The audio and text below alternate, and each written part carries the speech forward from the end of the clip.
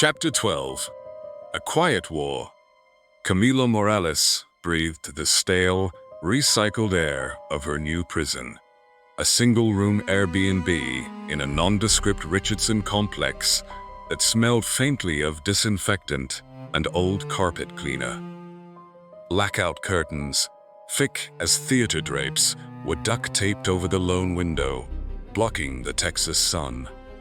The only light in the room came from the glow of her laptop, painting sharp angles across her face and deepening the dark circles under her eyes.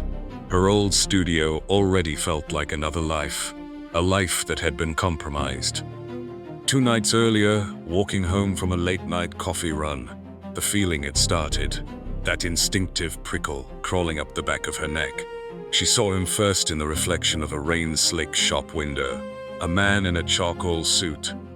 Too clean, too precise for the humid Dallas night. Mirrored sunglasses despite the darkness, thin black gloves. He walked 2 blocks behind her, matching her pace. When Camila abruptly ducked into a 24-hour laundromat and pretended to take a phone call, she watched through the streaked glass. The man didn't approach. He simply disappeared. No car pulled away. No alley swallowed him. One moment he was there. The next moment, he was gone.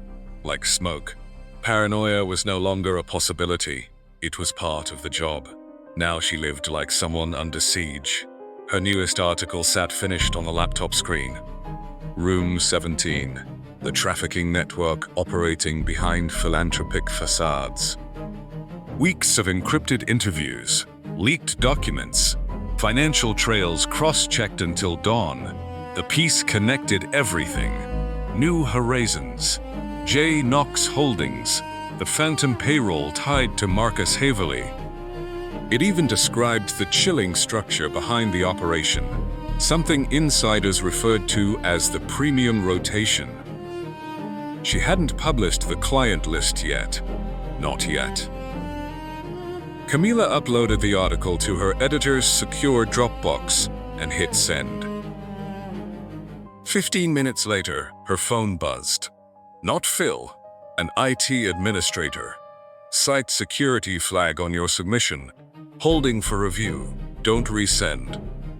Before she could respond, her VPN connection collapsed.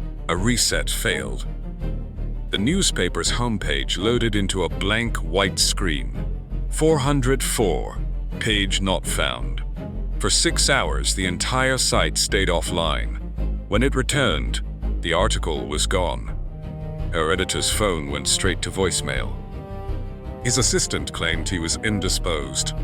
Camila understood immediately. This wasn't censorship. It was containment.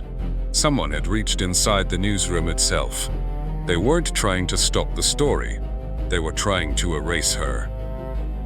But inside the darkened apartment, a small flame of defiance remained. She still had a source. Source Primus, an anonymous insider somewhere inside the financial machinery surrounding Knox's empire. The messages came once a day, always from a different number, always encrypted, always self-erasing after 60 seconds. Each one arrived like a shard of glass. R17 Primary NGO Conduit, Global Hope Initiative, registered Dubai. Funds routed through art auctions. JK, ultimate beneficiary. Ownership shielded by Starfish Legacy Trust, Cayman Islands. You are 2 publications away from permanent silencing. Cerberus Protocol active. Camila never trusted digital storage. Every message was photographed with a separate camera. Transcribed by hand in a cheap notebook, using a cipher she invented when she was 16. The digital copies were encrypted and scattered across cloud accounts under aliases. USB drives containing fragments of the investigation sat hidden in rented safe deposit boxes. But the real insurance policy was something else, a dead man's switch. Every 48 hours, Camila reset. If she failed to check in, a cascade of encrypted emails would automatically deploy. The recipients, international journalists, human rights organizations, independent investigators. The payload contained everything. financial trails, source transcripts, evidence tying Knox's empire to Room 17. If she disappeared, the story would not. It would explode. Still, Camila understood the danger. The man in the charcoal suit had made that clear. Behind the polished public image of Jeremiah Knox, the philanthropist, the celebrity crusader, she now saw something else entirely. A predator accustomed to control. Predators like that didn't rely on threats. They relied on removal. The room around her felt smaller now. The laptop screen glowed in the dark.